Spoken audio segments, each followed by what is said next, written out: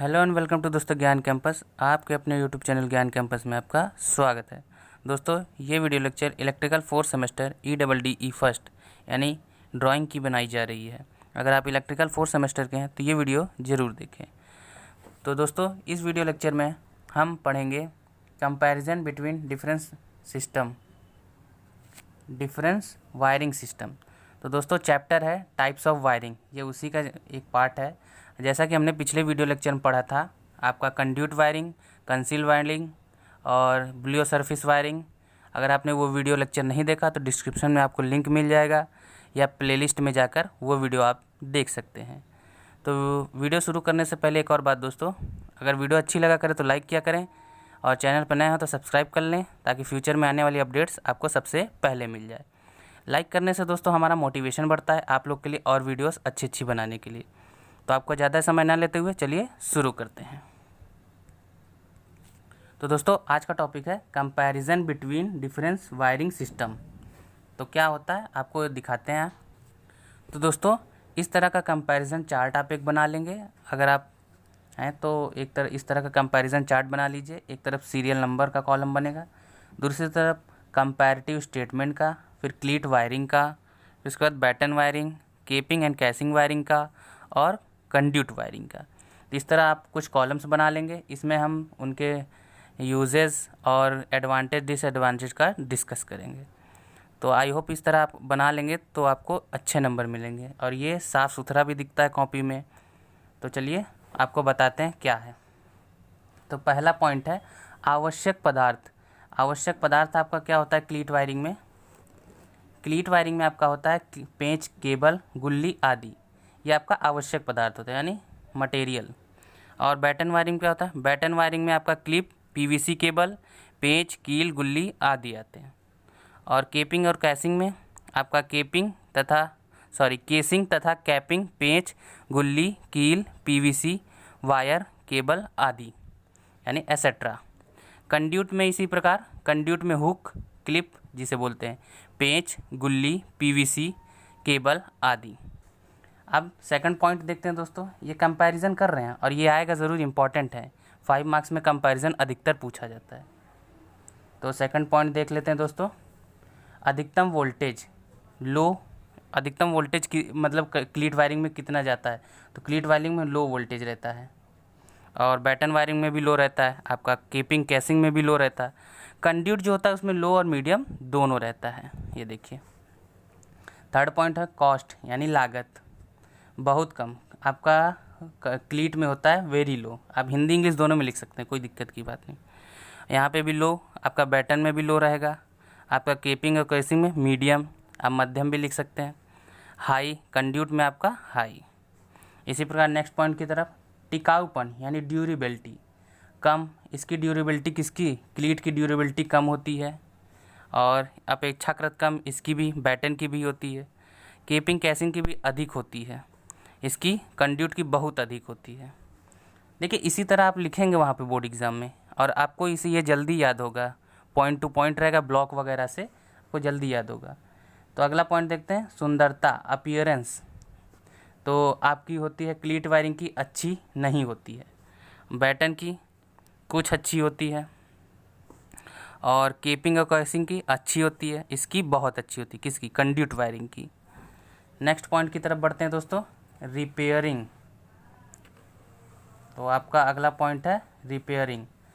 आसान होता है कंड्यूट वायरिंग का रिपेयर करना, आसान होता है आपका, क्लीट को रिपेयर करना आसान होता है और आपका बैटन को ये भी आसान होता है। कीपिंग और केसिंग बहुत कठिन कुछ कठिन होता है क्योंकि इसमें कैप लगे होते हैं, कैप निकालना पड़ता है। ये अंडरग्राउंड भी होते हैं, आपने आजकल देखा होगा हर जगह यूज़ की जाती है वायरिंग, तो इनको थोड़ा मुश्किल होता है। अगला देखते हैं कंड्यूट वायरिंग, ये कठिन होता है। नेक्स्ट पॉइंट की तरफ बढ़ते हैं दोस्तों, मौसम से बचाव। मौसम से बचाव यानी आपका क्लीट में बिल्कुल नहीं होता है बचाव, इसमें मौसम का प्रभाव पड़ ही जाता है। क्लीट का मतलब बाहर से खुला हुआ होता है तो जाहिर सी बात है वायर वगैरह में पानी या धूल मिट्टी कुछ भी आपका जा सकता है। तो अगला देखते हैं बैटन वायरिंग। बैटन वायरिंग में बिल्कुल नहीं होती और आपका केपिंग कैसिंग में, अब नाम से ही पता चल रहा है केपिंग और कैसिंग, तो इसमें देखिए ढका हुआ रहता है, तो ये पर्याप्त यानी पूरा बचत होता है।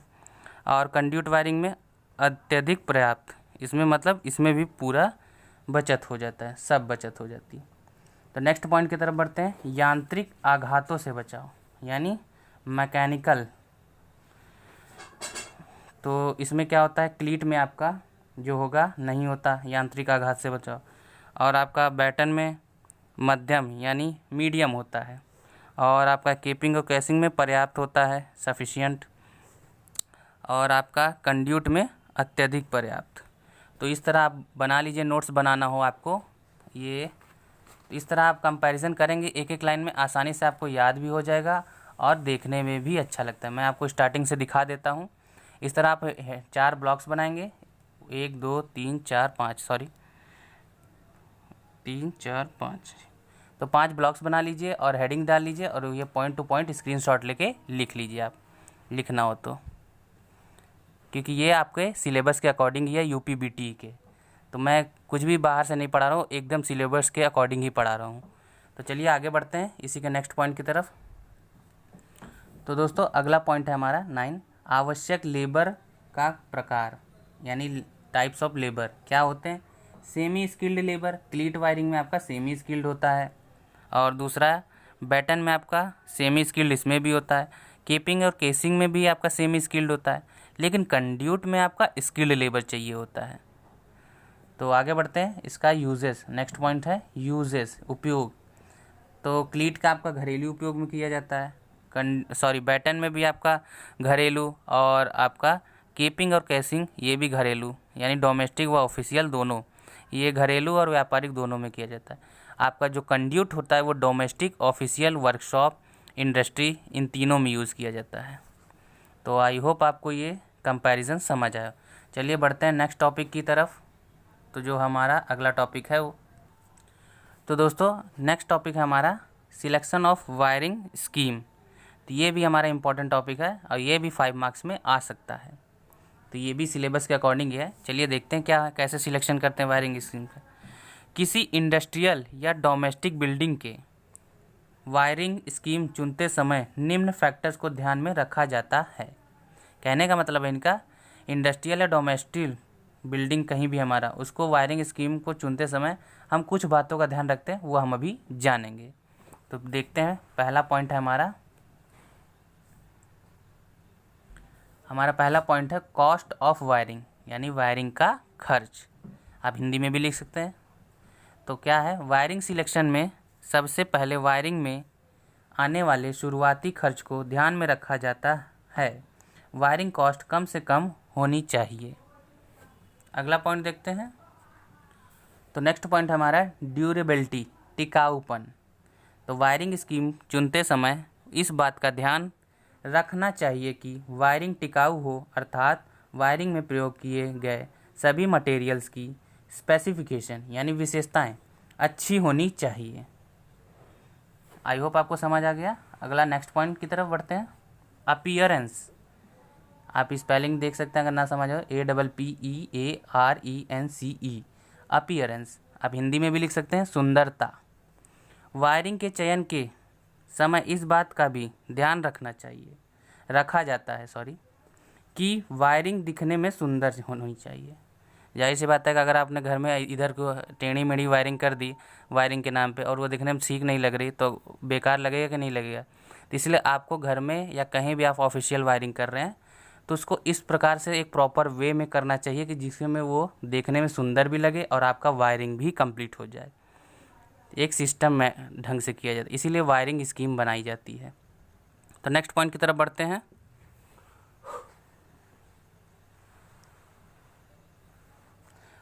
Mechanical production and safety, Hindi में यांत्रिक सुरक्षा।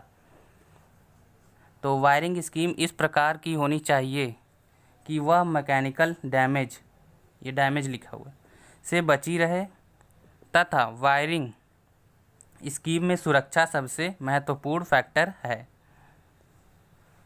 वायरिंग के कारण लगने वाली आग व मनुष्य, आगे बढ़ते हैं दोस्तों, मनुष्य के बाद है तथा जानवरों को लगने वाले झटके की प्रमुखता से ध्यान दें, यानी उनको, आपको वायरिंग जो होती है, इंसान वगैरह हम लोग जैसे हैं, अगर छूते हैं उनसे कोई झटका ना लगे, इस बात का हमें ध्यान रखना चाहिए, शॉक वगैरह ना लगे।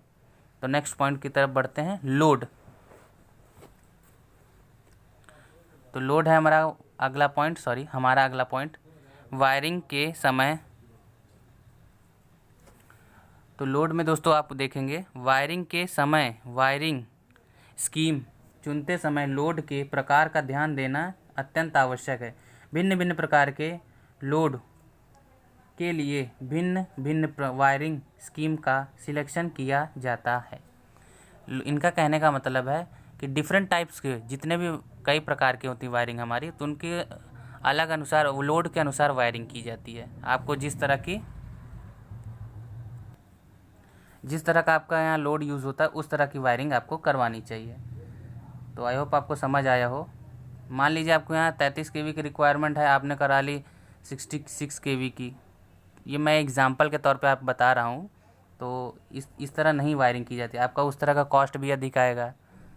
तो ये वायरिंग इस तरह नहीं की जाती, इसीलिए स्कीम बनाया गया है कि आपके यहाँ जितनी रिक्वायरमेंट है आप उसी हिसाब से वायरिंग करवाएं। तो अगला पॉइंट देखते हैं दोस्तों, मेंटेनेंस कॉस्ट। तो मेंटेनेंस कॉस्ट देख लेते हैं। स्पेलिंग अगर नहीं समझ आ रही तो मैं बोल देता हूँ आपको, MAINTENANCE, और कॉस्ट की तो आपको पता है COST, मेंटेनेंस कॉस्ट, यानी रिपेयरिंग का खर्च। क्या होता है? मरम्मत खर्च या मरम्मत व्यय आप कह सकते हैं। तो वायरिंग स्कीम चुनते समय उस वायरिंग में आने वाले मेंटेनेंस, ये देखिए आपको लिखा हुआ है, मेंटेनेंस कॉस्ट का भी प्रमुखता से ध्यान दिया जाता है। अधिक मेंटेनेंस कॉस्ट होने पर यह एस्टिमेशन के आंकड़ों पर बहुत प्रभाव डाल सकता है।